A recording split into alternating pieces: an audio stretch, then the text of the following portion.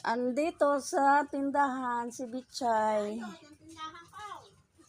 Nahulog nata yung mga ano niya. Ano nangyari dyan? Nahulog na yung mga ano mo? Wala namang araw, nagtago, lumabas ka eh. Ayan. Ha? Alambre, dapat itali mo. Ano ba yun?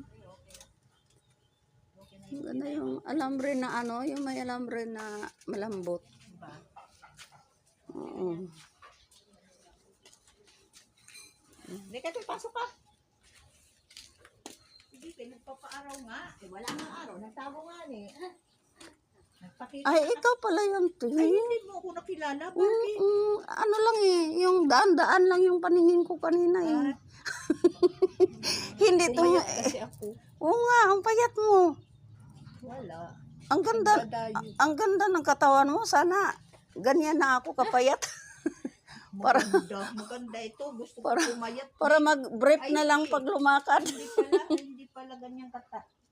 Gusto Oo, ang payat nga niya, no? mapayat. Ay, No? ikaw